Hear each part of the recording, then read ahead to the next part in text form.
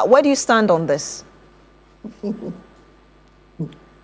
Well, thank God for the Fourth Republic. Since the Constitution of 1992, we, compared to some African countries like Cote d'Ivoire, Kenya, you know, have had relative peace. Cote d'Ivoire had this war born out of elections where over 3,000 people died. Kenya had a civil unrest where thousands died, and it took the intervention of the UN and then the intervention of then President Kufuor and UN then former Secretary General Kofi Annan to resolve the matter. We don't want that in Ghana. We don't. In fact, we don't even want to look at our horrendous history where on 1st February 1964, Ghana was declared a one-party state.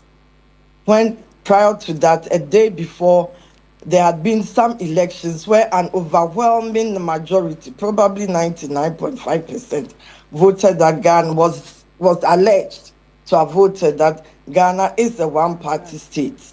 We don't want that to happen. So because of that, we are very alert. And I believe those who drafted the Constitution and also the Constituent Assembly that went into formulating the Constitution and the representatives of the people knew that we have to make sure that never again does this have to happen. Our Constitution must not be tampered with. It must reflect multi-party democracy, and it must reflect a specified term of office for presidential and other office holders and some limits. So we believe that there was a lot of thought which went into that, and we also had the referendum and prior to that in 92, and Ghanaians agreed to that. I don't think we should repeat anything. No, never again. So where exactly do you stand? Those calling for a third term and those like Madam Ayana who thinks that maybe the 4 years we may have issues with it. You don't have enough time to do much. We can take it to 5. Where do you stand on the two arguments? That the 1992 Constitution has worked over 40 years. This is the first time we've had a constitution in Ghana that has worked for, well, almost, let me see, 92 it's over 30 years. So 33 years. Let's not mess around with our constitution. It was formulated by a consultative committee, a constituent assembly. There was a referendum in 92, and we came up with this constitution. Let's not tamper with it. We are too young to mess up with our stability. Let's not go the way that some other African countries have gone to. Cote d'Ivoire, our neighbor, Kenya, and many others. We have Cameroon, then we have, where's the other one? Uganda has issues. Please, let's be the star of Africa, the black star, the first country to win independence, and then also a model of the fact that multi-party democracy with specific limits to the terms of office of presidents should be, adhered to. So, Madam Gloria Ofori Boadu, are you saying that... just call me Auntie Gloria, please. My name is a mouthful. Yes, it's okay. You're a lawyer. Are you saying that you probably are with the argument of those who claim if it's not broken, don't fix it? So the Constitutional Review Committee now should just ignore whichever proposals that have been submitted to it for this to be looked at after 33 years of using this Constitution, so we know what works for us better? So many proposals have been submitted to the committee, but at the end of the day, the proposals on the specific limits of presidential terms is what I'm talking about, because there have been so many proposals that should not be tampered with. Considering our turbulent history, where we once had a one-party state, then the then president, declared by Parliament, majority Parliament as a life president, and we know what happened, the turbulence that happened till we got to our Fourth Republic, which is now very stable because of our Constitution as at present. But countries make progress, and people feel that in addition to the other issues that are in the constitution, that, like you've rightly said, people have submitted proposals for them to be reviewed. Perhaps this is also one of the areas that we must look at if we want to look at longevity and ensure that we are not truncating developments of the country just because a political what party kind of changed. longevity are you? What kind of longevity are you talking about? A lifetime president? What do you mean by longevity? No, they talk about term. Of course, it doesn't mean that they should go on forever. They say perhaps we could consider 3 terms. Madam Ayana, like I just said, has also said that she doesn't agree in the 3-term tenure, as it were, for the presidency. She thinks 5-year term, and if that president performs well and is given a 2nd term, would work better for the country. Well, that is Madam Ayana's opinion. And you have asked me for my opinion, and I've stated my opinion that never again should we tamper with our constitution and with the limits of the presidential term.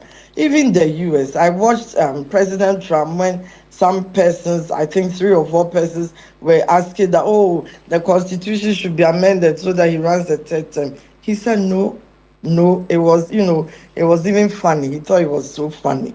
Please, let's not be ridiculous. The world is watching us. You think having this argument is ridiculous, or having this conversation is ridiculous?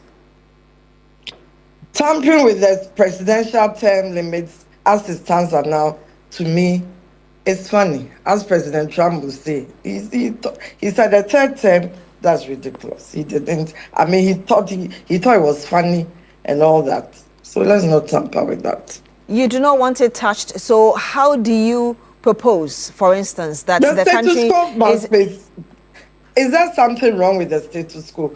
Please, it's dangerous to tamper with it. And I keep repeating, history, my dear young lady, history. We have to study the history of our country and know what transpired. Our constitutional history has not been good. I get that correctly. And we have suffered as a country based on that. Look at how we have developed since the development since the 4th Republic. Just travel next door to Togo. See what is there. They have had the presidents who inherit, I think it's like a kingdom. And see the development, see the poverty levels. Compare it to what we have here. Compare the development here. Then cross Togo and enter Benin, which has been practicing multi-party democracy. In fact, in Benin, it was possible for one person, an independent candidate, to be voted to become president. That is former President Yaya Bonnet. So look at the development of Benin, the regulations, even when I see their motor riders with their passengers they all have their helmets, it's so orderly. Here we have motor riders with helmets and their passengers with no helmets, and it's fine. But in Benin, everything is regularized.